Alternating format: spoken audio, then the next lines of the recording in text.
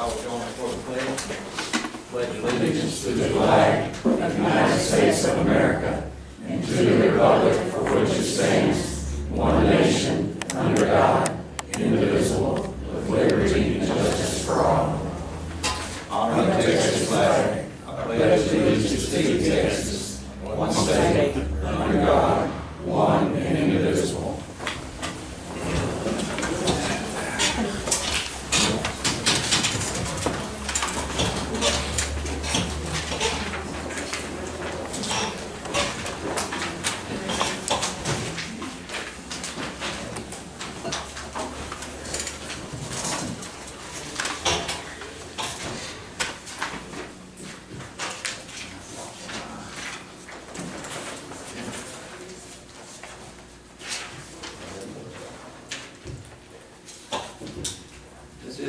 County Commissioners Court, August 5th, 2026. We do have posting in court, chapter 551 of the Texas Government Code as amended, also known as the Texas Open Meeting Act. Is that correct? Yes. Thank you, ma'am. This morning, any members of the public who wish to speak will have 3 minutes to address the court regarding matters that are not appearing on the agenda. I don't see anyone wanting to speak. We'll go to item number 1 on the agenda is to approve the minutes of the June 10th, 2026 special meeting. I think they're coming. No, those have already been approved. That's the wrong date. Wrong date. But I've got it added for the next agenda. Okay. No action on item number 1. Item number 2, budget transfers and amendments.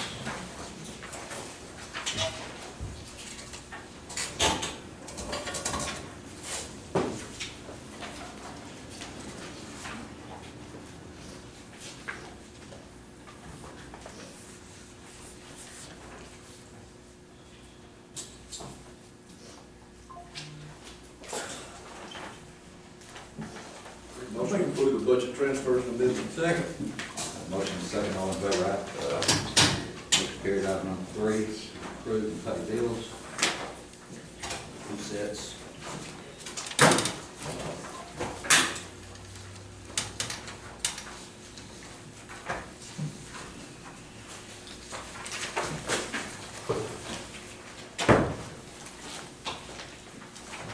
Judge, I have one question on page 35, that there on the jail, there was 4 invoices for $1736. Mike Stott's plumbing.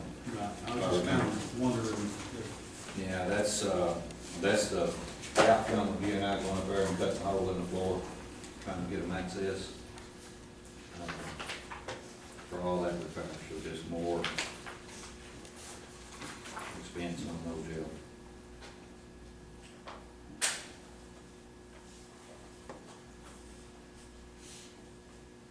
All right, $15,000 worth. for the plumbing. That's just on more plumbing and Microsoft plumbing. That bottom one, that 24,000 is the remainder of the $100,000 of electrical that we budgeted for last year for upgrade to y'all's whatever control board and all that. So that's final payment on that.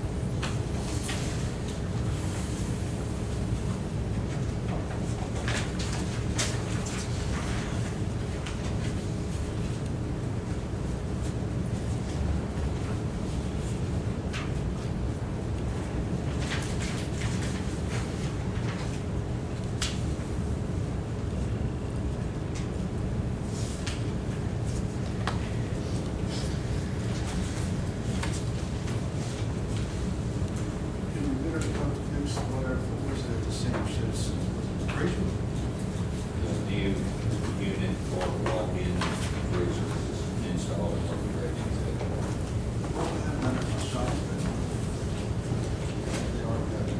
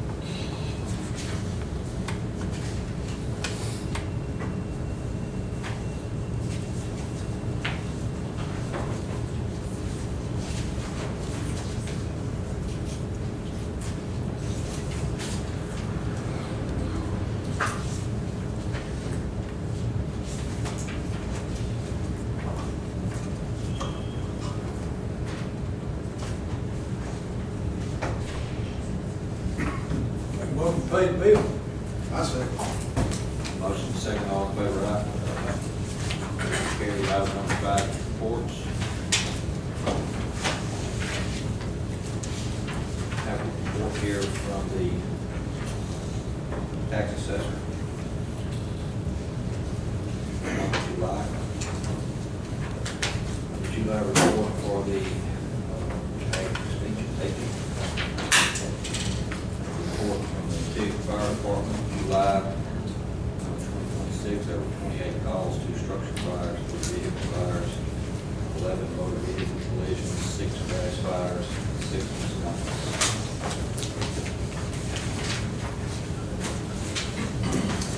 Today we have Mr. Ben Rosenberg who's here with us to give us a report on how he is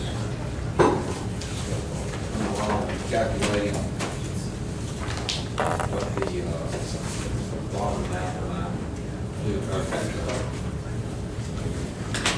As we talked about a few weeks ago, hi, Ben Rosenberg with U.S. Capital Wealth. Appreciate the opportunity to work with the county. And as I mentioned here months ago, borrowing money is a process. So to help address the county jail issues, one of the financing interests you chose to move forward with is a general obligation bond. There's a 2-week window to call the bond election. We're in that window. We're not calling a bond election today. But since I was here last week, we have more bits of data. We have a schematic now of what the jail might look like. We have a potential cost not to exceed, how much, what that would cost the county. And then the certified roll just came out. So what I want to just show you today is sort of some cost estimates. If we were going to approve a deal today, just to give you an idea of what the cost estimates would be on a 20, 25, or 30-year amortization. And but it's all based on this value. So I want to say we're using your latest certified value going forward. And again, there's no budget implications this year. It wouldn't be till next year at the earliest. Assuming you call the election next week, and assuming the voters approve the election in November 3rd, then you go get with engineers and architects again, and you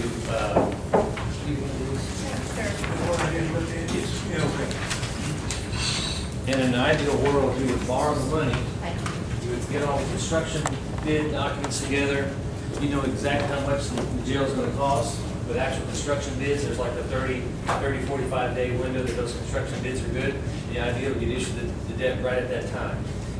And we'll try to get as close to that as we can, but we don't live in an ideal world, so we sort of have to start the debt issuance process, start the construction bidding process, and try to you don't want to borrow more than you need, but you don't want to borrow not enough either. You're telling the voters we're not going to borrow more than this amount of money, okay? So based on all those numbers, and based on what interest rates are today, now, the federal government is working on trying to bring interest rates down. So you won't be actually locking interest rates until you borrow the money, which might be in the spring sometime, as we get that 2 processes together. The bid process, which takes us about 90 days to get your money, and the construction bid process, which however long that takes, you try to coordinate those two together. But based on all those assumptions, this is sort of what your debt payments would look like and the effect on your tax rate would be, based on all those assumptions. So first thing we look at is your history of your assessed valuation. It's on page 2. So over the last 20 years, your assessed valuation of the county has grown from 1.8 billion to 4.3 billion, the last number we just saw. And so, as you can see over those 20 years, you've had some pluses and minus years, but it's had a nice sort of increase in your overall growth. The assessed valuation is what you set your property tax rates on. So, as a lender, I'm not a lender, I'm the financial advisor to help you. The lender wants to know you're going to assess an INS tax rate to make their debt payment. So all this tax rate analysis, everything is an assumption. Your values are going to change every year, your tax rate is going to change every year. When you lock in your debt payment, it's going to be fixed for 20, 25, or 30 years, whatever you choose. So I'm going to give you a fixed payment that you're going to know and be able to budget for. Everything else you can control, you're going to know an operations tax rate. You can change that to whatever you need throughout the year, but you're going to guarantee the lender you're going to set an INS tax rate, and you're going to make those payments for at least 10 years, 9 to 10 years. After that, you can pay it off early. You can always make extra payments. But you're required 10 years, correct? The lenders want 9 to 10 years. We can only get by with 9, Okay. but at least 9 to 10 years is what they want. Okay, so we're going to look at that. That's your growth factor. The last 10 years, a 5% growth. The last 5 years, a 10.8% growth. And what I have in my projections going forward is just 3% for 5 years and then flat. So I'm being very conservative on my growth projections, but this is what your history is. You've been growing at 5% over 10 years and 10% over the last 5 years. Then page 3 is your current tax rate history. So you can see over the last 5 years, your tax rate has actually come down almost 6 cents. So as your values have increased, your tax rate has come down. Because they only allow you so much, state legislature only allows you so much that you can increase each year. So your tax rate has actually come down about 6 cents over the last 5 years. That's just the M&O side. You had no debts. You had no debt portion of your tax rate. Okay. So then what I did is on the 49.8 million jail, the estimate that we have from the jail consultant, and look at your current values over here. Now you have 11% growth this past year, but I'm only projecting 3% growth for the next 5. And it's very conservative based on your last 20-year history. We want to show some growth, but I don't want to show 10% growth because that's not realistic. So we feel that's a nice conservative approach. This is if we did a 20-year amortization at a fixed rate of 4.5% is about what the rates are today. Hope that's going to go down. You don't lock it in until you borrow the money. That would show a payment of about $3.9 million for the next 20 years. On your current tax rate, that's a little over 8 cents. You see that goes down as your values go up. So it goes down from 8.6 down to 7.9. So a little over, in between 7 and 8 cents on a 20-year payment. So after the first year, about 3.9 million payment, and the average at the bottom here, a little under 8 cents, based on a 3% growth in your current values for 5 years. If you did 25 years, lower the payment a little bit, it goes down from 3.9 to 3.4 million. The next page, number 5, and that brings that overall that maximum tax rate a little over 7 cents. So we'll go from 8 down to 7. And if you did 30 years, it brings the annual payment down to $3.2 million. And the tax rate would go down, if you have the first years at 7.6, but it goes down about a little over 6 cents. Just to give you some ideas on what the effect on your tax rate. Again, your overall tax rate you can control. You could lower your M&O the same as what you raise your INS. You have your overall tax rate the same. That's up to you and how your other values go and other operation that you have to control. But you have a fixed payment 20 to 30 years, whatever you choose. We're not deciding that today, we're not deciding that next week. We won't decide that until you're ready to borrow the money. And so next week we'll be back here. The jail consultant will be here, the lawyer will be here, and we'll do everything legal we need to do. If you decide to call the election, it'll be next week. And then you have 3 or 4 months to educate the public on what the current conditions are and how much you're spending this prison out of the county. And then if the voters approve on November 3rd, then when you're ready, we'll issue the general obligation bonds and pay for the jail. Any questions on the numbers? Again, where we're at today, and yeah, that's going from 4.5% to 5%. And interest rates go up as you go longer. These are tax exempt borrowing rates. They're lower than what you think for a mortgage or other business rates. And we're hoping the Fed's going to bring down the rates, and that'll bring our rate, your rate down. And that'll go right to the bottom line. Your payments will be a lot less if the rates go down. I think the main thing that we would definitely want the public to understand that even if this bond was a, say, 6.5 cents to our tax rate, as long as the tax base keeps going up, and we've got really good projections at this point. You're more than 3% growth. Right. But I'm glad you figured it up conservative end. Right. And then the last bit I hadn't got to yet, and this will go in the election document next week. It'll say how much does it affect the homeowner. So all this is great on the fixed payment for the county, but what does it mean to the people? And so the election document requires for $100,000 taxable value. It's going to, based on which of those scenarios, 20 years going to cost the taxpayer $86 a year. On a 25-year payment, $77 a year. And on a 30-year payment, $76 a year. And I have a bunch of scenarios that are based on your values, but I think the election document says $100,000 value. So that's what it's going to cost the taxpayer. Approximately. And that will be in the election document. It's posted, and they'll see that. Any questions? I think the biggest eye-opener was just looking at what the tax base has changed over the last 20 years. Yeah. In 2010. That's fluctuated. Yeah, and in 2010 was the peak over that 20-year period. And then it went down, and now we're, Yeah, that was, we're still $1 billion away from it right now. that was oil and gas. Yeah. It is an eye-opener of how things can change and what growth looks like.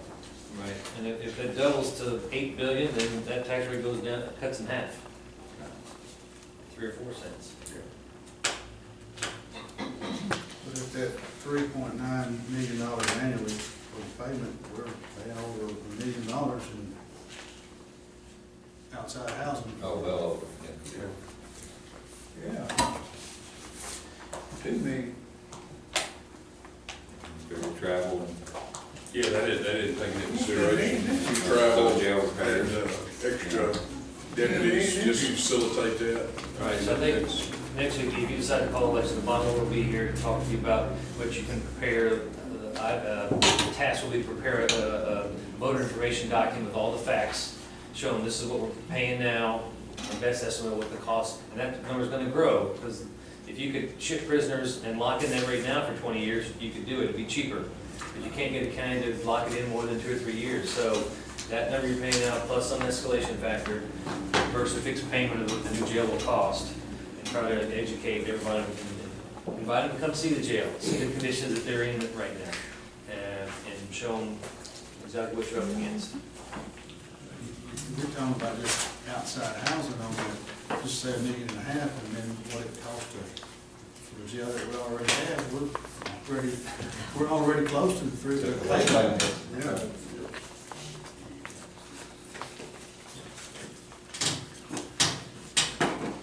Great report, Ben.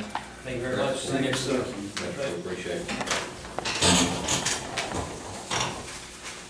Are there any other reports? Not, do I have a motion to accept the report? I'll make that motion. Second. Motion second, all in favor, aye. Motion carried. Item number 6, burn ban. I'll make the motion, we put the burn ban on. He said he didn't think so, but I don't know what's worth them and everybody It's else. dry over that way. I mean, they've been having a lot more fires over that way. I mean, not, they've been having some way. I mean, every county around us has it, and I think we should put it on. I mean, we're not burning anything. I wouldn't dare burn anything right now. No, but I mean, other people do. I'm on second Richard's motion to put it on. Have a motion second to put the burn ban on. Any discussion? All in favor, aye. Motion carried. Burn ban is in effect.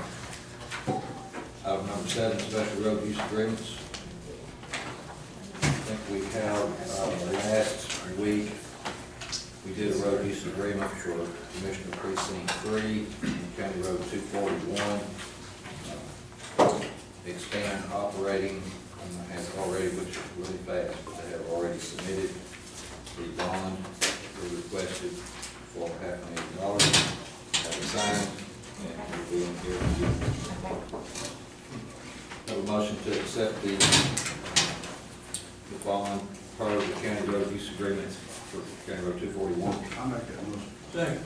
Motion second, all in favor, aye.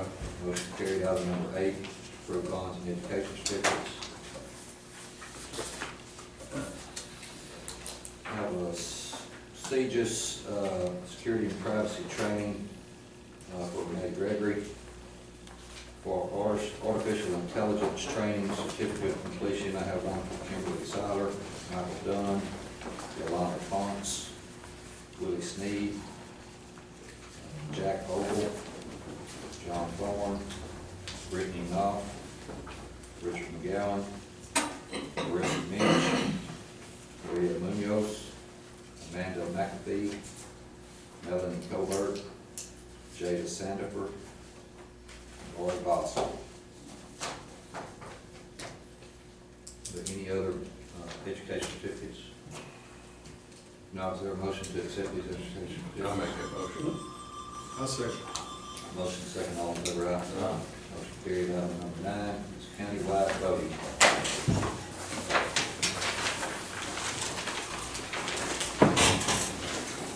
I've given y'all each a little folder, and there's some pamphlets up there for the countywide voting information for everybody to look at.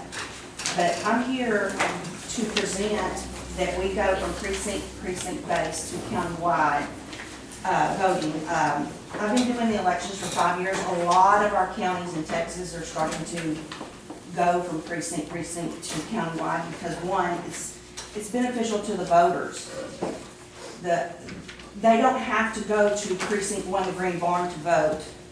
They can go anywhere that a polling location is open. So like if you're in Teague working, you can go at lunchtime and vote in Teague. You don't have to go on election day back over here to vote and then go back to work or what have you. Or if you're 10 till 7 and you realize that you need to vote, you're here in Fairfield and you go to the Green Barn and tell you you're at the wrong polling location, you're gonna have to go to Doney or Cotton Gin or Kirby to vote. There's not enough time for you to go there. But you can vote here at the Green Barn if we're county-wide. We're getting bigger every year. When I first started, I think we had like 11,000, maybe 10,000 voters, a little over 10,000. We're at 13,315 right now. Registered voters, not people that just are here. So the polling locations, we can adapt to the growth of the county if we go the countywide voting. I'll use less equipment. One of my main concerns is what I spend on elections, because when I have a joint election, let's say I have one with FISD, Wortham ISD, TIG ISD, the county of Fairfield, I'm ordering about 13 different ballot styles. That's 13 different ballots. Not one, 13. Because there are people in Fairfield that can only vote for city. There are people in Fairfield that can only vote for Fairfield ISD. And then there are people that can vote for Fairfield City and ISD. And then you have the amendments and all that kind of stuff on there, the regular state stuff.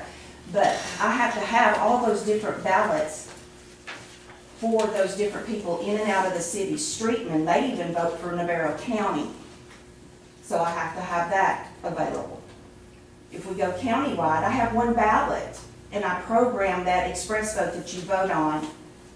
If you come in precinct 1, it'll show that you're in precinct 1, and that ballot will come up. And you vote.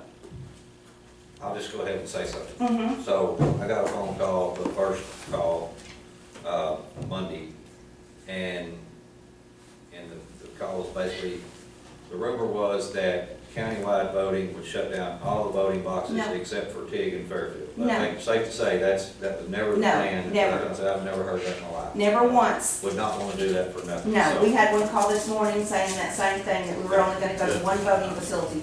The only, when I looked back at the different polling locations that we have 13 on election day. I have 2 early voting, which that is always gonna be a given, because I think it's very convenient to have one in Tig and one in Fairfield. We have 13 voting locations right now. I have 3 that are very low on the totem pole as far as voter goes, people coming in to vote and everything. I added it up, Doney, one, their building needs help. It's not ADA compliant or anything like that, but the last primary election that I ran, it was $35 per voter to have an election out there. You had 43 votes. 43. Yeah. And My opinion, I'm not for shutting any voting boxes down. And we don't I think have we to. owe that to the people. That's part of how our country, we make it, where it's accessible. But 4 That's- miles is not Anything less access. than that, I mean, we're tearing down grassroots government. That's Yeah. my opinion. But 4 miles is not far to drive to Freestone No. if we open it up to No. them for I'm countywide. not for, And I'd like to close down TIG 9 because it's 3 blocks from TIG 5. I'm hiring 4 judges over there, plus our voting If it equipment, plus went the through, ballots. that's one thing, I don't see the need for 2 boxes in Tig that are 4, 5 blocks apart. Same way with Fairfield. Yeah, Fairfield 2 and Fairfield 1, they're It's just- less than 5 miles. That's one of the confusing things each election is people, when they find out they need to vote in Fairfield, then they'll call back again. Right. I went to the Green Barn and I should have went to South 75. So it's Exactly. just, And that's almost the same scenario as in TIG, because we do have a lot of voters that end up at TIG 5 on Main Street going, I'm here to vote, well, you're in TIG 9. You're not in the right polling location. So, but the only 3 I would even propose to close would be Doney and TIG 9 and Fairfield 2. TIG 9 is just, it's not, money-wise, it's not good. So, you know, there's a point that, protect our voting, our system, that the taxpayers just said, it may cost some money, but I think we owe that to the people. And that's one thing I consider myself conservative, that's one thing we need to guarantee and not put a price on it. right. I don't believe in putting a price on it. I mean, I think we're tearing down grassroots. Well, I look at it, my perspective is there's not a whole bunch of voters out there that come out. It's not a big turnout. And I'm going through the programming, the layouts, the ballot styles and all that kind of stuff for, 43 voters. And that's what I look at, because one election will run me $35,000. Everybody's vote's the same. I mean. I know they do. Yeah. I know they do. It's just as important in Doney as it is in Fairfield. I understand that. I'm not saying they're not important, but they can drive 4 miles. 4 miles is not so much out of the way. People drive that road to go to TIG quite often. That's that's my thought. I'm like Will, I'm not in favor of shutting down any voting box. That's the people's right to vote. It is. That's their constitutional right. That's one thing that you have to go and express what you want to do. If you want to vote, you go vote for who you want to. But If you don't, then you don't really have a complaint. But, I mean, that's a constitutional right, and I think we should definitely sure stick up for what the voters do. And make it as convenient as possible. Okay. Well, I'm not And- saying and- I'm taking their rights away. They I'm can not saying still that. drive. I have another question. So when somebody goes over here and votes, how are they gonna know over there that they had voted already? Our poll books talk to Do each you have other. poll books every time? Have you had Yes. poll books at every election? Yes. In the last 3 years? Every one that I've ever done in 5 years, You've had a poll book? I've had a poll book. And if we don't have a poll book, we have the OLRV, which is the list of registered voters. Okay. So, So, but every place has a list of the rest, how do they Yeah, know? but- If I voted in Fairfield, already voted, how are they gonna know that I didn't vote? because when you go over to vote again, your name turns up in pink and says you voted early. How? How does that Because when work? we check when we look at your driver's license, and we check it in through our poll books, and we register you, give you a ballot, it says you voted on our poll What books. says, what is the mechanism? My poll book, Your- it's like checking an ID or running a credit card, saying that you charge something on your credit card. Your ID, your driver's license, your address and everything, once we check you in, that test says that you've already voted. Okay, I go to Wortham Mhm. and I vote. Mhm. I come back to Fairfield and I attempt to vote. They won't let you vote because it's Now, already what- talked to this I mean, computer what over here. mechanism makes Fairfield know that I have already tried Because to? we're on a system, it's Connect through our ES&S vendor, and our poll books talk to each other. Okay, And so once you voted, all of those poll books will say that you voted. But the thing is, if it's precinct by precinct, you won't show up in Fairfield because, on election day, because they'll tell you you're at the wrong polling place. okay, fine. What is this gonna do to the poll workers? How much added work is that for them to have to, you know? There's no added to it because it's, just, I mean, they already work the polls anyways with the voters coming in. I mean, but having, yes, ma'am, I'm go a ahead. poll worker, if you want me to answer. I'd like that, I'm glad you're here, yes, ma'am. This last election, it became a little bit of a nightmare for Teak 5 because the poll books were not, something happened with the e-poll book that it wasn't completely reflective of the precinct. So we have people coming in to vote who weren't showing up in the e-poll book as having been in the correct place. If you went to countywide voting, that would be eliminated. We wouldn't be having to tell people that we had two options. Either we told them you can't vote here, or we let them vote a paper ballot and fed it in. So it still got counted. Their vote still got counted. They voted a paper ballot. If we had countywide voting, that would be less of an issue. My only concern with closing the polling locations is during peak busy hours, you have people waiting to vote. So I guess the question is to really look at the numbers and who's voting where and how much of a burden you're going to put on the voter to wait in line to vote. Yeah. Now, I will say, somebody who used to vote in other places, like in Oklahoma, the lines here are shorter than any place I've ever had to vote before. But we've all heard the nightmare stories of what happened during the last election in Dallas and in other places when they went, I don't know if Dallas had countywide voting and then went to precinct, exactly what they did, but it turned into an absolute nightmare. And last year, the Secretary of State did not send out people updated voter ID cards. So folks were lost. They didn't know where they were supposed to be voting, and they hadn't gotten any voter ID to show them where they were supposed to be voting. So I can see how countywide voting would be particularly helpful to cut down on confusion, to allow people who work in one place and live someplace else to vote closer to where they work. That would be fabulous. The problem is, like what we're seeing in Tarrant County, when the county starts removing polling locations, and let's face it, the folks who they don't want voting, they can close those locations.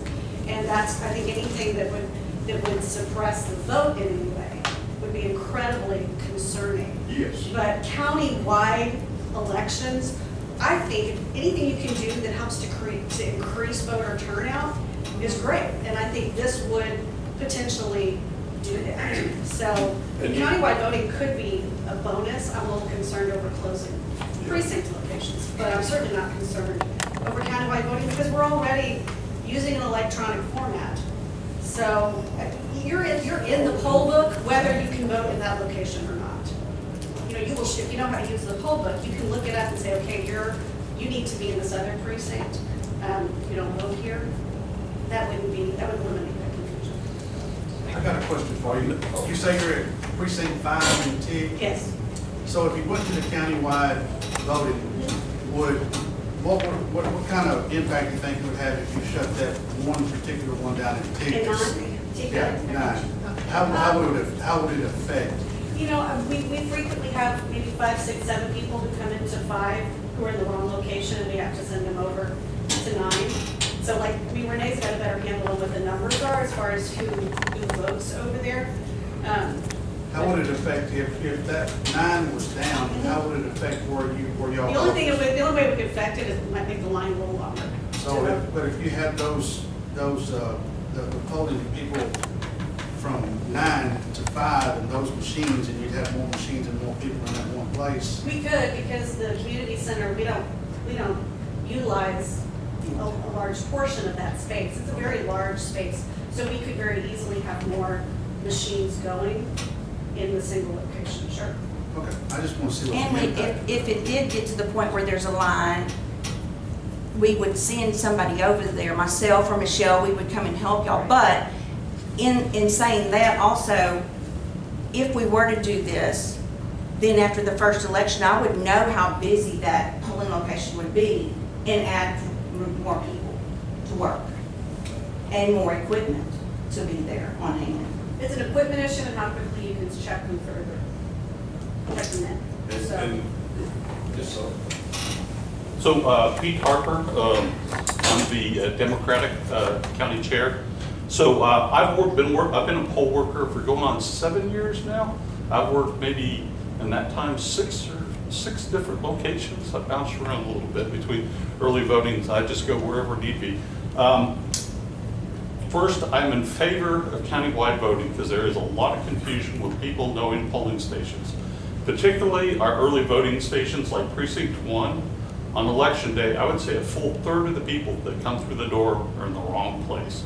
We station a worker right at the door to triage to get them sent to the right place. So that is going to be, that's going to help us as poll workers, just because there's always confusion. Well, my husband voted here on Friday. Well, it's Tuesday, ma'am, and your polling station is up St. Elmo, you know? So that is a big thing. That's definitely a plus. I'm kind of with Will here. We're here to provide voter access. That is our mandate. We shouldn't do anything to restrict voter access. Don't close polls. People are used to going to place. Let's make it easier for people to vote, not harder for people to vote. If you do go through, I've had a chance to kind of read through the statewide polling.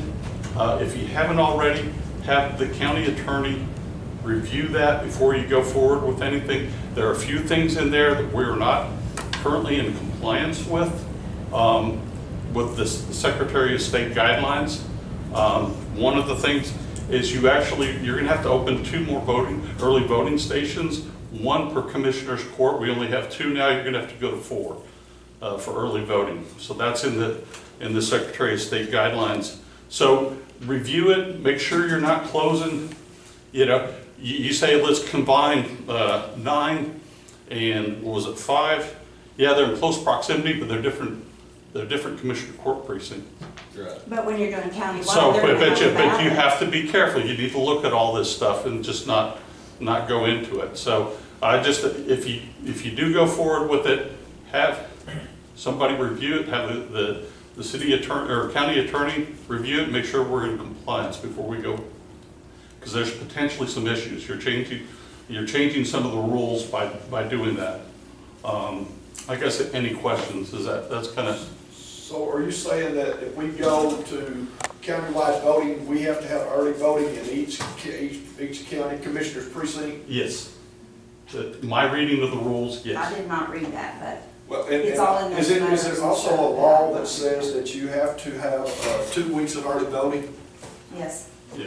And they're also going to weekends after this I election. looked up something yesterday about early voting, and I got a different opinion. Of course, you can look at whatever you want to look at, you get whatever you want, Yeah. stuff. But I didn't know if that's a law, somebody knows that's a law for sure, that you gotta have early voting for 2 weeks?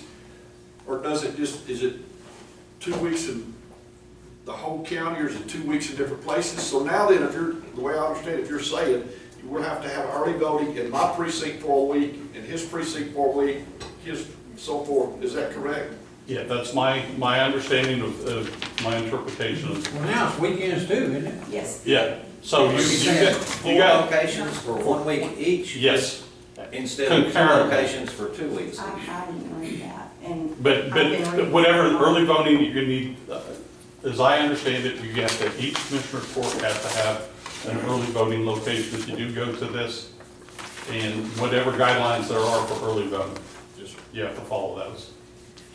my understanding was that during election day, you must have a polling location, at least 2 to 3 polling locations open, or 2 locations open in each precinct on election day. Which I think So- precinct 1, we only have 1. Well, it's always been that way. Right, but we're not in compliance with Secretary of State guidelines. Yeah, if- There's if only you one look at- polling station in If you look at precinct. section 43.007M of the code, assuming I'm quoting this correctly, requires a county participating in countywide polling place program to have at least one countywide polling place in each commissioner's court precinct. Additionally, the total number of polling places open for voting in a commissioner's court precinct may not exceed more than twice the number of countywide polling places located in any other commissioner's court precinct. So to do countywide voting, we have to be in compliance with that section 43.007. Which is in those papers I forget. This needs to be reviewed by an attorney We will. to make sure that we're in compliance, that, because we have questions that we're. We'll take a look, we'll find the answer, Yes. guarantee you. Yeah, we have. I'm just trying to make it more convenient for people, and also, TIG 9 is my biggest rivalry over there because of the fact that it's 3 blocks from TIG 5. And no, it's in a different precinct, commissioner's precinct, but if we go countywide, it would not matter because of the fact that they would have the same ballot as TIG 5. Ms. Dunlap. Is there somebody before me? Yes, she's standing up. I prefer to keep standing. My name's Terry Dunlap, and I used to at one time vote in the Langley precinct. Roy Lynn may be aware of that, lives down that area. And of course, now that precinct, that was closed. All I'm thinking, I mean, I've gotten used to going other places, of course, but all I'm thinking is, Renee, is there a deadline on when you have to make this decision? Because I'm thinking we're about 3 months away Yes. from a fairly major election.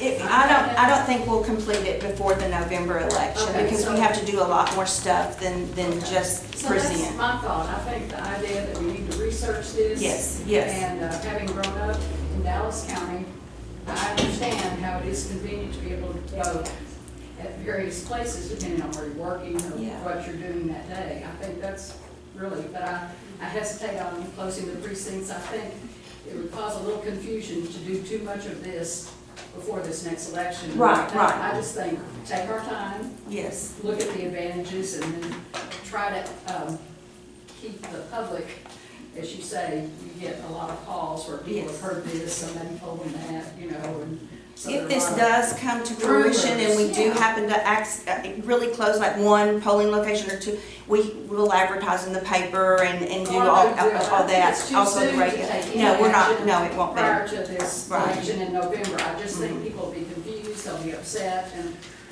as we all know, our right to vote is something we all value. So that was my only comment, that take our time, be educated, and In the November election, it's extremely important. Right, and it wouldn't be for that election, we would just, because I knew this was coming up, so.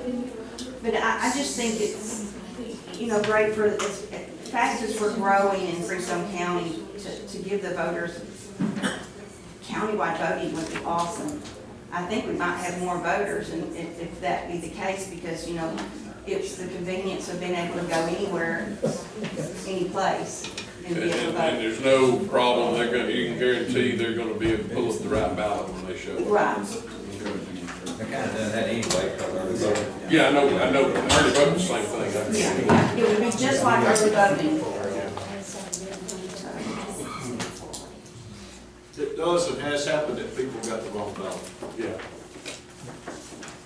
Yes, we had one that came in during this last election, and they got sample ballots for the Democratic ballots, and then they went to vote, her daughter, and her husband, and the daughter didn't tell them what she was, and so they asked her, and she didn't say anything, and she stood there for the longest time, and then finally she said she was a Republican, and they gave her a Republican ballot, and then her mother came up there and yelled at me, and I said, what did she tell the judge?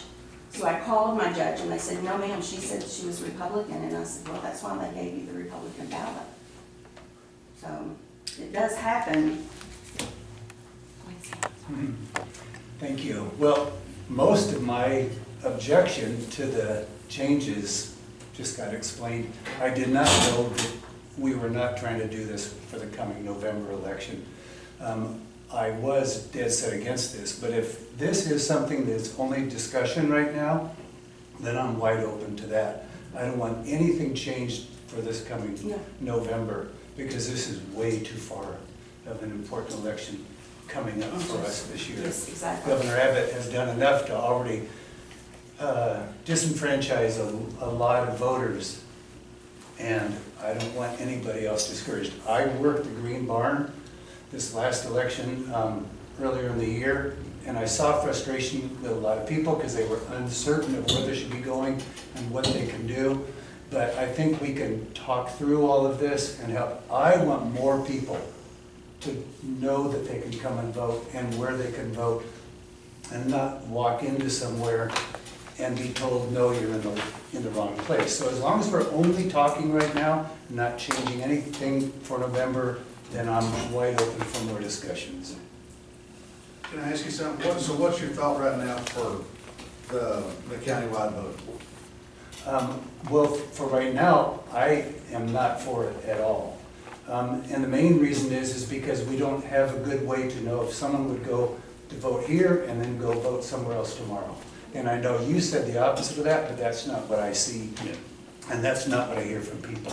And you would have to have Wi-Fi at each Every place location we for that to have- communicate. yes, But yes. didn't we establish last time we have some We do. offices that do not have Wi-Fi? Butler now has it, we know for sure. I'm still checking with St. Elmo, the Southern Oaks Club over there, to make sure they have. Do we have it in Caney? Yes. Yes, we do. That's one of the main reasons why we moved to Caney Baptist, is because they were building that new building and they do have it. So I think I may have one, possibly two, that do not have Wi-Fi. But they also have MiFi's. It's like a little hotspot you can carry with you, and a lot of the counties around do have those. Yeah, so we could do a hotspot. Yes, Worst case yes, scenario. yes, definitely. And that's how that, when I do, by law, I have to enter in all the voters every day that vote early vote before 10 o'clock in the morning. How I get those voters is not because I go to both of those places and gather them up and bring them back. I connect to their poll books and they download to my Connect poll book. And I can get them off of there. And that's how I get those people that voted. And that's how those. And that's how the reports are given during early voting, when we see the list. When you see the that list. shows who has voted. Yes. Okay. As an election worker, I like having confidence that I can portray to the people coming in to vote that we have the system down that lets them feel that their vote is going to count. And that's the most important part to me. I don't care if you're a Democrat or Republican. I want us all to feel like we here, working in our county, are making sure that each person's vote does count. And that's what I like about that getting updated every time during early voting, because if I go early vote and then next day I see it on there where it shows I have voted, I have a little more confidence in the system. Yes. And if I see my name's not on there, it doesn't matter if it's a mistake or not. Now I'm just sitting there thinking, well, how many other mistakes? I'm going to question, the integrity of our election process is key. And Maintaining we that. have had trouble with Secretary of State for this entire year, for July to July, because of the fact that they issued us a brand-new team system, which is an election administrative team system with voter registrar. And when they issued it, instead of leaving us with the old one that worked, they pulled it out, said, we're forcing you to use this new one. Well, once we started looking at it, there were people in our county that had no precinct numbers, had no commissioner numbers, nothing was on there. So we had to go in manually. I manually did over 200 roads myself to put those people back in their right voting facilities and everything. So we did that, and then now, in fact, this last week, we just got the okay to go and do our voter registration cards as a mass mail out, because of the fact that they didn't have their stuff straight. And we just had to deal with all the consequences of it. This is not 100%. This being updated. I tested it myself. I was poll worker. I voted early voting. I opened the polls. I ran my own address. I could have voted twice. And I got on the phone. I called Renee. I said, whoa, time out. We got a problem. She sent somebody from the poll machine company. He came out and he fixed it. But as we opened the polls, it was not, I could vote twice. I ran myself. I ran my wife. We were all eligible to vote. But it was corrected. It was corrected. Right? It was corrected, but I, as a poll worker, I caught it. There was nothing, and I just did it because I was testing myself. Ordinarily, though, Most of the time it's fixed. absolutely, and That was it's probably instant. the one time it's It's fixed on time. But instantaneous. it's not 100%. If Wi-Fi's Nothing's down, or 100%. if Wi-Fi's down or something else, there's another hiccup. It happens. Not often. It does, and nothing's 100%, especially when you're dealing with 15 poll books and stuff. But yeah, there might be a mistake made. But we corrected it before voting started, and that's the good thing. So what if it hadn't been a poll, what if you hadn't been a poll worker and had to run yourself, then you could have went wherever you wanted to and voted? Yep. As many times you wanted to? Let me ask you a question, We've never will had the anybody. system catch that? Hmm. Will the system catch that? Yes. If Secretary of State gets their stuff working. But I mean, if that was, if, That's not on Renee, that's on the secretary. my question, if somebody was to do that, then what, is the system set up to flag that when Yes, it comes in? yes, Well, yes. When it's counted? This particular, when the tech came out, is our poll book was not on the network. And so it was, and it was early voting location, so it still had the download from early voting in it, and it hadn't been updated since then. That's what he did. He says, oh, you're not on the network, and so he put it up on the network, it downloaded, updated, and everything was good. But there was no check automatically in the system for that. When they go to the Green Barn, I leave my poll books plugged up until the night before or the day of that we take those poll books from the election area to their polling locations. That way they're constantly updating and updating and updating because they update every 3 hours. Now, we did have one time, and I don't know which election it was, that all of our electricity went out, so the day before the election, so it couldn't update. But when you're at a polling location, everybody that has internet knows to get on that internet. It's in the book. You need to, here's the Wi-Fi, get the Wi-Fi, it's in this here, you can get it, get on the internet.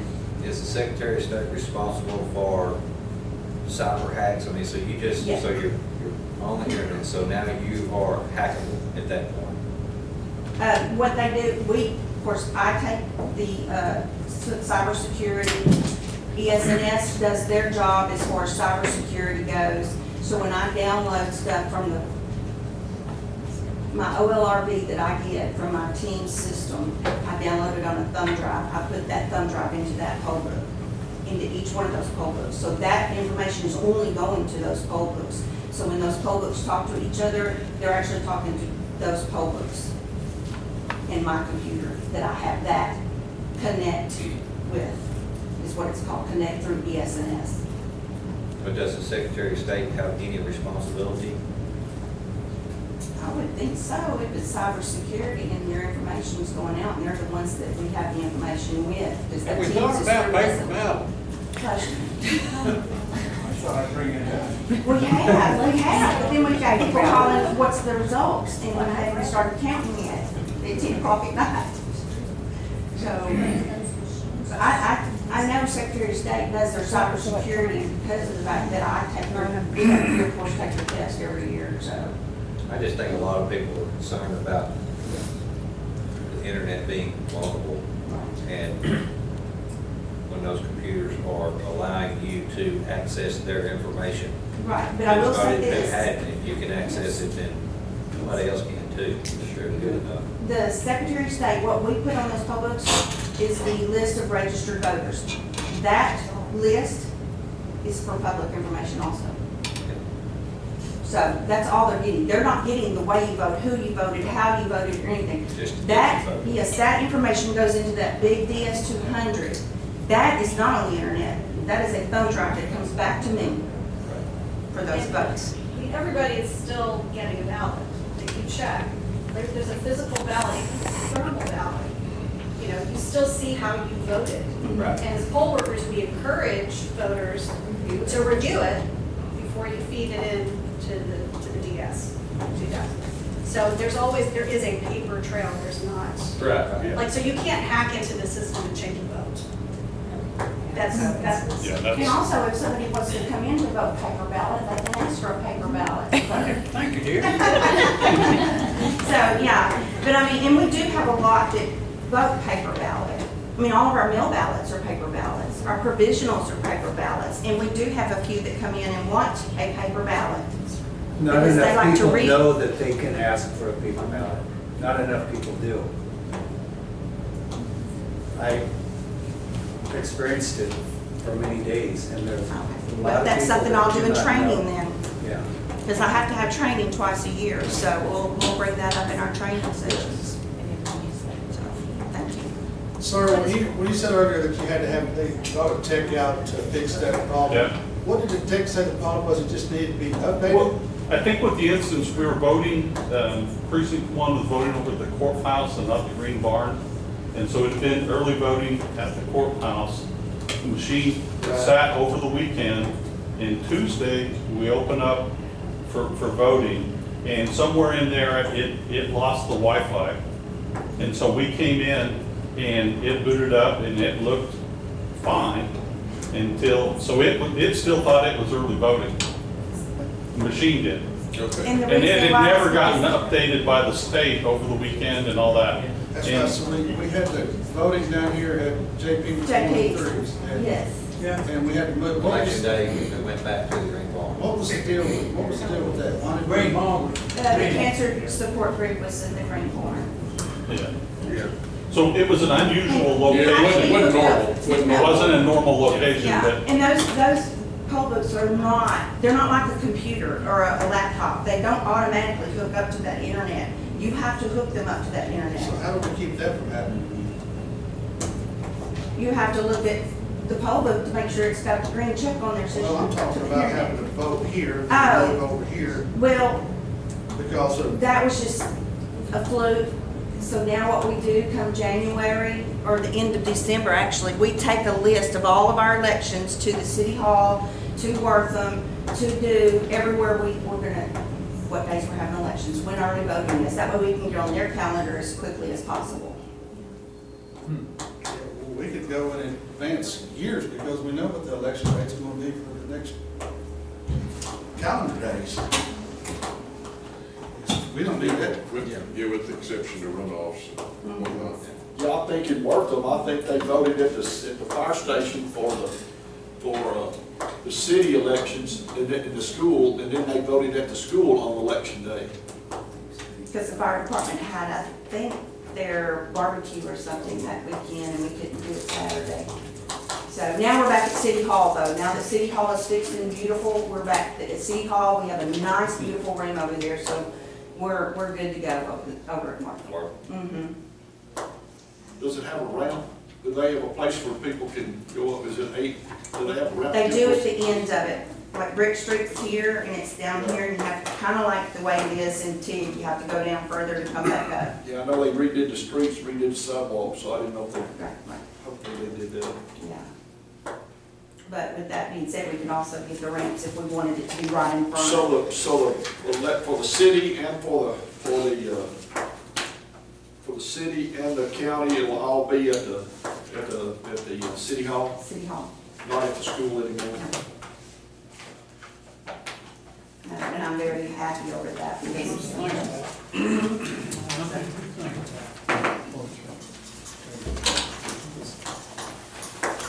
Anybody else work at the polls? I mean, do all y'all work there? Most of y'all? Y'all got any problems? Yeah, we're glad y'all came. We're glad y'all here, and I mean, Tell us anything we can do to make things better. thankful for what y'all do. I mean, y'all have any other things we can help y'all with that y'all know of?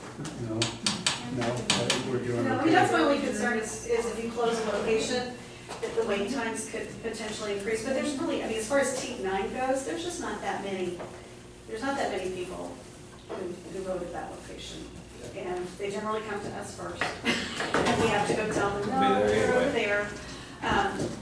But I think, I mean, countywide voting would eliminate that piece where we have to go look at the map if you don't know how to use the e-poll book, or you take the extra step of going into the system, because there's a way to do it with the e-poll book, to go into the system and find out which precincts they should be voting in. So it just takes, it eliminates a step that just would make voting Even easier. It's a frustration for them. Well, here's my idea, I'm just like this gentleman here, I don't think we should make any changes before this upcoming election. And then number two, we need to find out the question to this gentleman's thing about if you have to have early voting in each precinct for a week, that's lots of time to vote in each precinct, if you have to do that.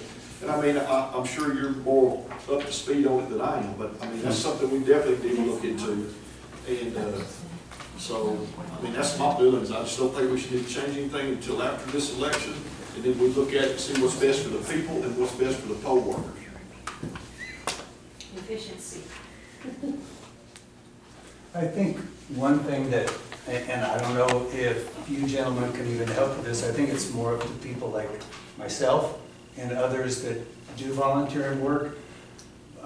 For instance, I went around T, I went to Renee and I got a whole bunch of go vote signs with the directional arrow on them, and I put them all over T because I wanted people to be more aware, it's time to go vote. I know people commented to me, because I talk all the time, and I'm precinct chair 9, and so I hear it from people about, I saw a lot of vote signs this time.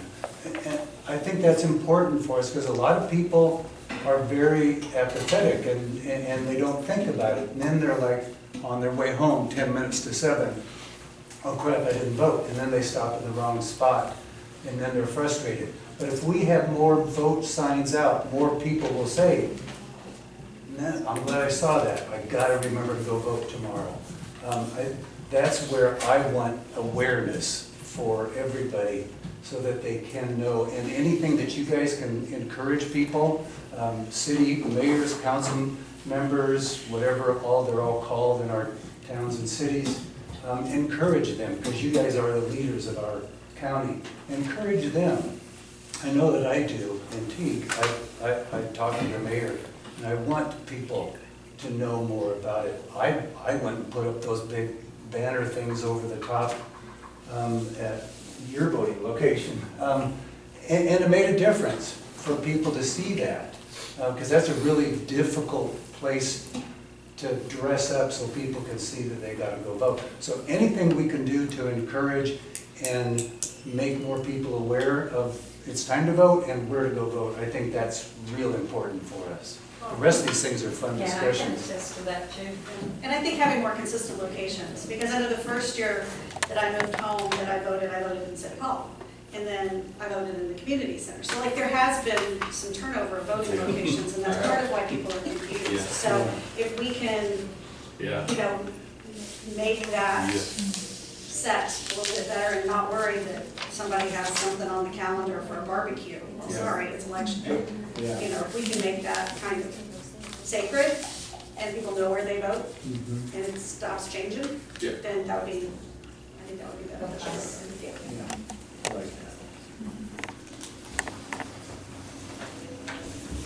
Any other discussion on item number 9?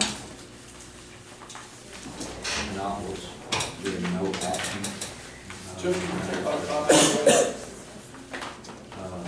It's just one. Or you will finish this right here. It's up to you. Go ahead, finish. Imposition of optional fees for the calendar year 2027 for the Texas Department of Motor Vehicles. We are currently charging the max that we can,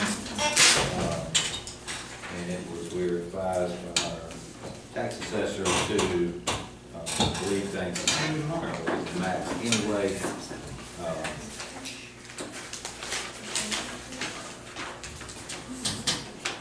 So do I have a favor to, on the imposition of optional fees, to check box option A, which is no change.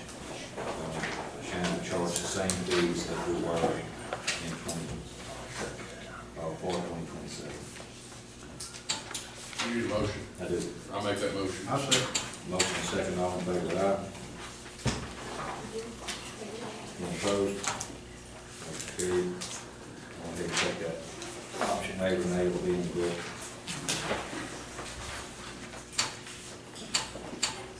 Let's get number 10, Yeah. order of general election. Did you bring that today? I got it at the office, but I thought we were gonna do that next week. Okay, so we'll no action, and, actually, we will table item number 10. Y'all make a motion, we table order of general election. Second. Motion to second table item number 10, all in favor, aye. Motion carried. Item number 12, solution service agreement, Crown Correctional Telephone. That's with the sheriff. He's here, he's going out for a minute.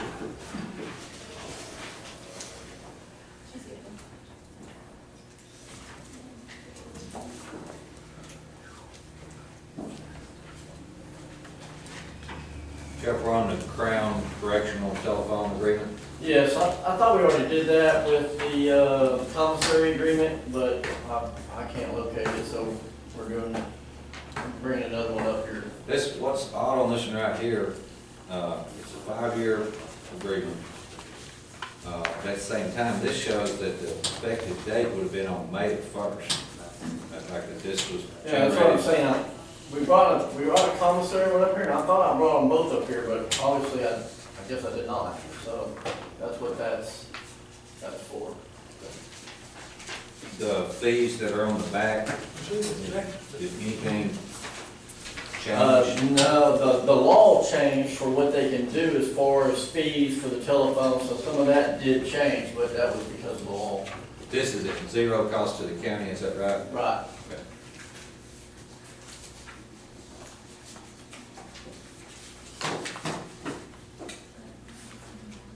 Yeah, this company, I see where you signed it on April the 20th. yeah, April 21st. Yeah. I don't know what happened with it. We might have signed it, but I don't have it, I didn't send it to them, so. Well, it's missing, it's, like I say, it just, it needs commissioner approval. Make a motion to approve. Second. Motion second, all in favor, aye. Motion carried. Item number 13 is to discuss and take possible action on the admin time bank.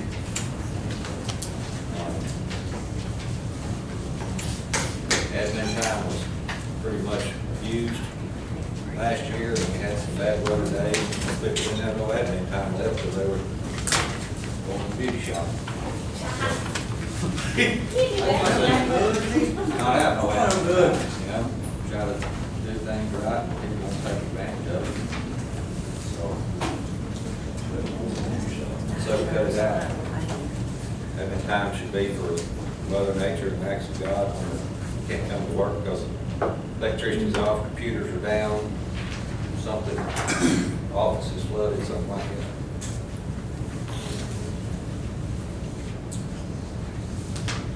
We need to build a policy for admin time use and To navigate on what the uses are for, who can use it, how it's utilized, and implement that policy and basically abolish our admin time banks that we gave last year. so that we have that policy in place before we make any. Yes, so this But is for budget today's for purposes this year, discussion. yeah. And then next court, I can put on the agenda to approve an admin time policy. So I'll let y'all review it.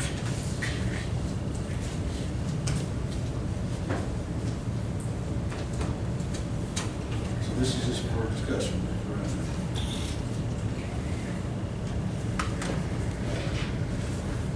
So Yeah, the, if there's a, we put this back on the agenda, we table this today, yeah, and that'll be on the next agenda, and then if there's a policy to approve, we can, under that, put it on the agenda, to approve the new policy. the reports Kelly gave y'all, that's just from our quarterly report that we do. So it's just showing, I don't have Q4 yet, we're not through September. It's just showing 2025 in black and white, and then in color comparison to 2026, what we fluctuated through. So 2025 is when it was just kind of free for all. 2026 is when we created the banks and had it in a controlled range of hours for every employee.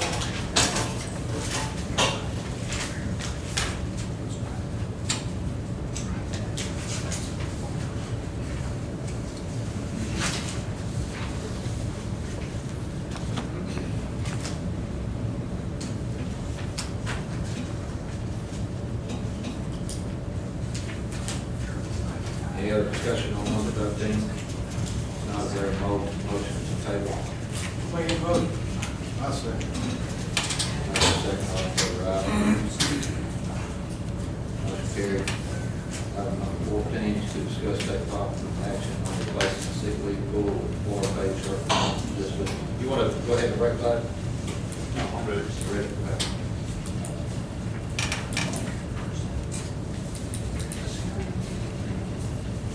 Three separate pages. The first is a quarterly report for the sick leave pool. The second is an estimate of the unfunded liability sitting in the sick leave pool. The third page is a quote for short-term disability. So on the first report, it's my quarterly report that I do for the sick leave pool. It's just projected for Q4. Like I said, we haven't made it through September, so I don't have hard numbers, but I do know that this is what's going to happen. We're going to get 80 hours returned because they were never used. And then we also lost a member off of the list. She retired, so I got her hours back.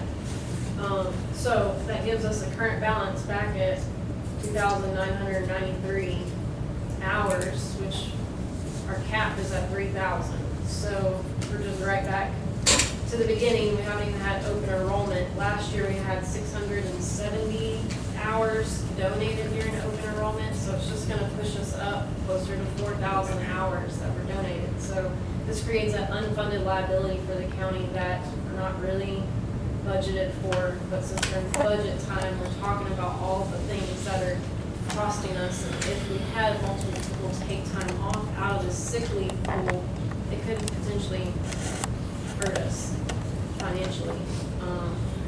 Those are just unprepared things that we're not ready for. Last week when we talked about our insurance policies and what the county would be paying for the employee paid benefits, we talked about adding in a short-term disability policy. So our sick leave pool is like a short-term disability policy that we use. It cost us $74,000 on that second sheet of the member list. $74,000 unfunded liability. If you look at our group short-term disability policy, that would be an employer-paid benefit. It only costs us $24,000. That's a $50,000 difference right there. It's set into place, it never changes, versus sick leave pool is changing every year when we get donated hours.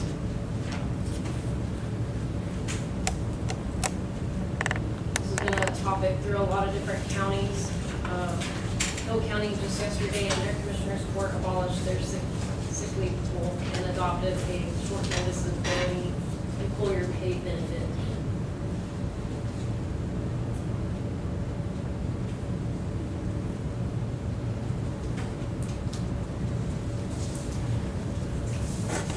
So I noticed on here, 24 hours doing, is that the cap that you can donate? Yes, minimum of 8, maximum of 24. And you have to have a minimum of 40 available to be eligible to contribute towards that. So my thoughts, suggestions for short-term disability, it would kind of follow suit to what our sick leave pool is. To be able to be a member of the sick leave pool, you have to be 12 months of consistent employment, and you have to have a minimum of 40 hours of sick leave time to be eligible. But for short-term disability, we could put it on a probationary period of 12 months before they're eligible to gain that employer-paid benefit. So for a person that donates 24 hours a month, just by going on the lowest base hourly rates, they would be saving money at the $17.50 per month, correct?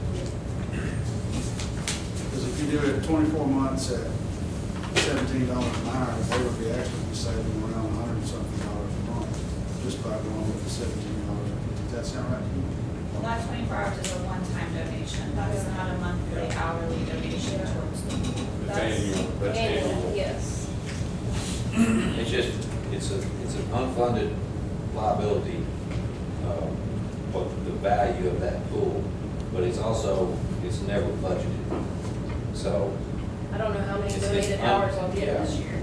So, at least, what I like about the short-term disability, it is an employee benefit that the county will be paying for at a cost of $17.50 per employee per month. But it would reduce our overall county liability by $75,000 as of now. And that number, the week after open enrollment, would probably grow by 30%. So Yeah. it's going to keep growing each year, basically.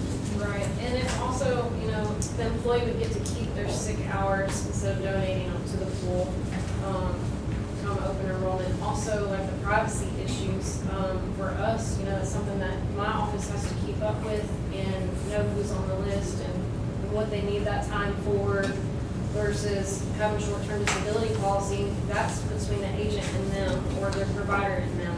Callie and I wouldn't have to keep track of that and have another report and keep all those documents filed away, so privacy is a big deal. It'd be nice if we could make a decision on this day for budgeting purposes, so, what we want to plug in.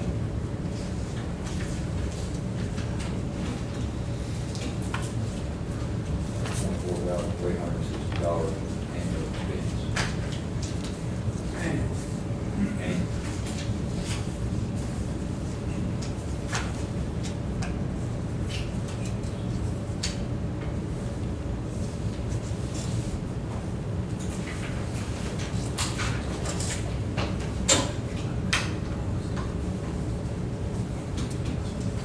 We say we'd be saving $50,000 a month. It's the difference unfunded. between that and the liability is $50,000. How long is short-term disability? How long is that? I mean, is there a limit on how long it is? 12 weeks is the max. 12 weeks is the max. So if we get somebody that's sick more than 12 weeks, then they go on. If they have long-term disability, then it would become a long-term disability issue. So it would be on them if they have long-term disability coverage. Do we offer long-term disability? It is an ancillary policy. At their expense. Yes.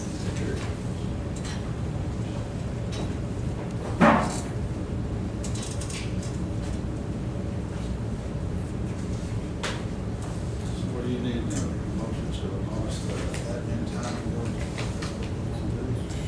That's how we'll do that. Sick leave. The sick leave, yeah, short-term admin time.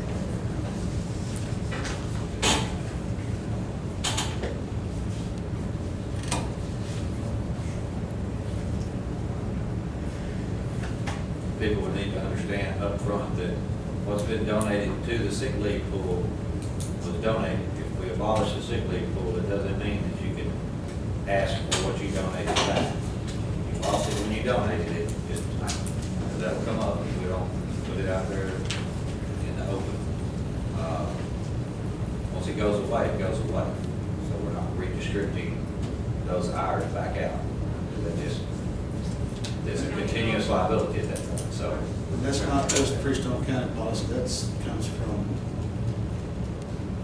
the state has something to do with it, that allows you to, once you donate, it's donated.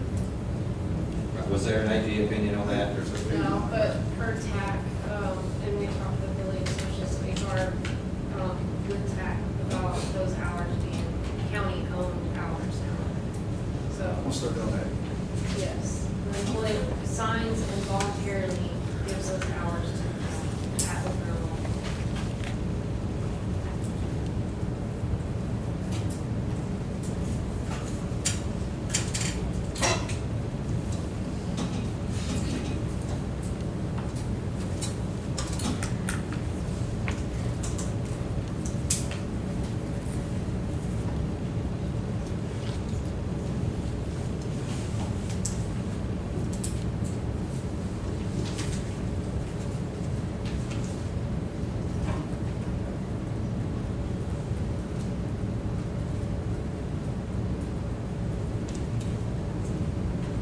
Vance? I just have a question. I've dealt, being a member of the President District Board with some chronically ill people that have had to use benefits like this. I just have one question because I really don't know. If you go on the short-term disability, are you still on county payroll in any way? Like, do you still have your insurance benefit that you're going to need while you're going through your illness? Because in the sick pool, you're still an employee, you have all the county benefits, it's as though you're coming to work, you're using that sick time. I'm just curious, if you go on the short-term disability, if your insurance stops and you get Short-term, would it last long enough to interrupt your county benefits? It shouldn't. It'd be almost like, Yeah. yeah, it would be like FMLA, it'd be treated the same to protect their job. Okay. You're ready? Maximum.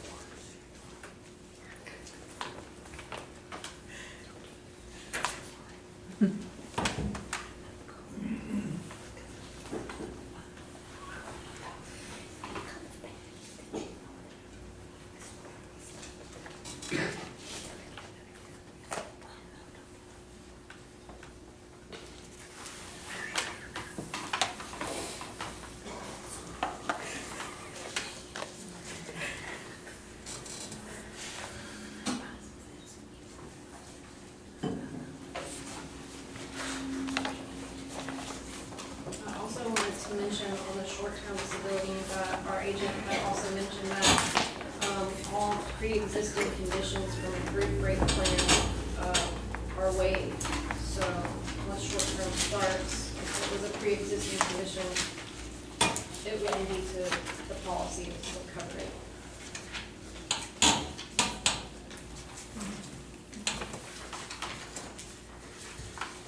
So very comparative to the sick leave pool for pre-existing doesn't exist.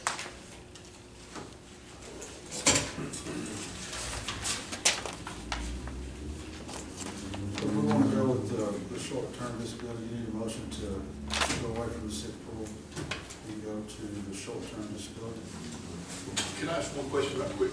How long can you get the sick leave pool? Is there a time limit on how long you can get it? So maximum hours, isn't it, per employee? Yeah, I think it's 240.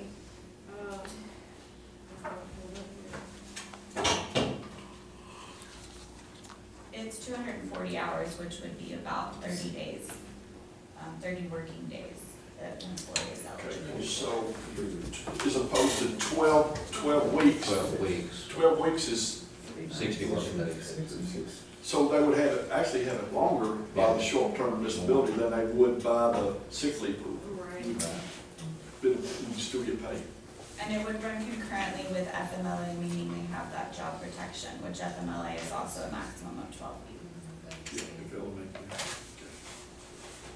I think it's a big employee benefit. I think it comes down to, we want to add that cost to the budget each year, or roll with an unfunded liability on the books that, like we've been doing for years and years and years, you know. You have to be here like a year in order to use that, right? Yes. You have to be at least a 4 year. Just like the sick leave pool. Right. And FMLA. Yes. And heaven.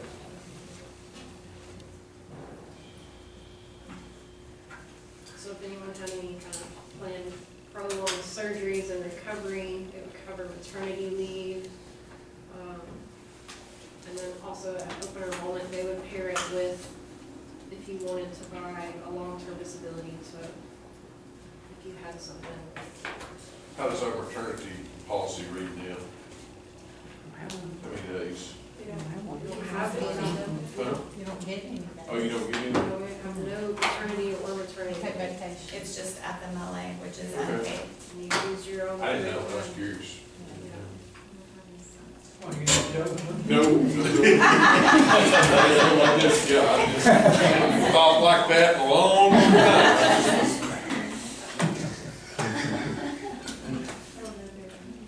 I should have done that, I didn't realize that. Well, I'm in agreement. We all work, men are all under us, so I mean, I, Not a worry for you all. So that is nice that it would be a type of maternity leave for those employees that have been here for a year. A new benefit, like you said. I think it'll benefit some of our employees that just, again, just start to work here, they don't have the 40 hours, because they can't donate anything, so they'll have any, if something happens to them, they don't get any benefits at all, I mean, they're just on their own. Well, you still have to be here for a year, just like with the sick leave pool. You have to be here for a year. For FMLA, you have to be employed for a year, and then we would make that same But stipulation. I'm talking about the new short-term We disability. would carry over that stipulation, rule that would apply. requirement. But Clyde, for the difference, though, say I had an employee that started in February, they would be eligible for short-term disability versus if we kept the sick leave pool, that employee wouldn't be able to opt in until August at open enrollment. So it'd be So a he could full work year and a from half. February to August and not get any credit for that, Yeah, so. so, This would start 12 months to the day. so that is a benefit there, if they don't have to wait.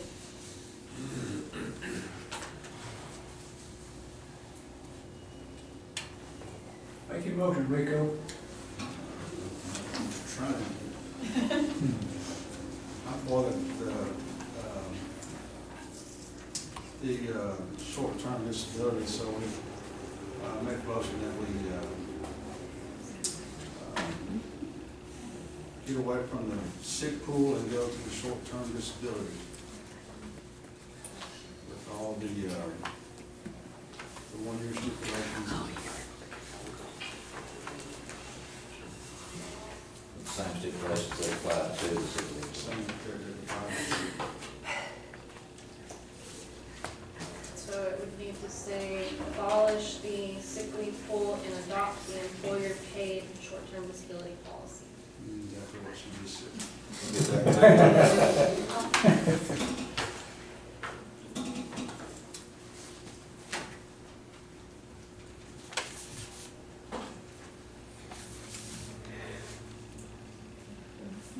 That was my motion. Have a motion to have a second. Second. Have a motion and a second.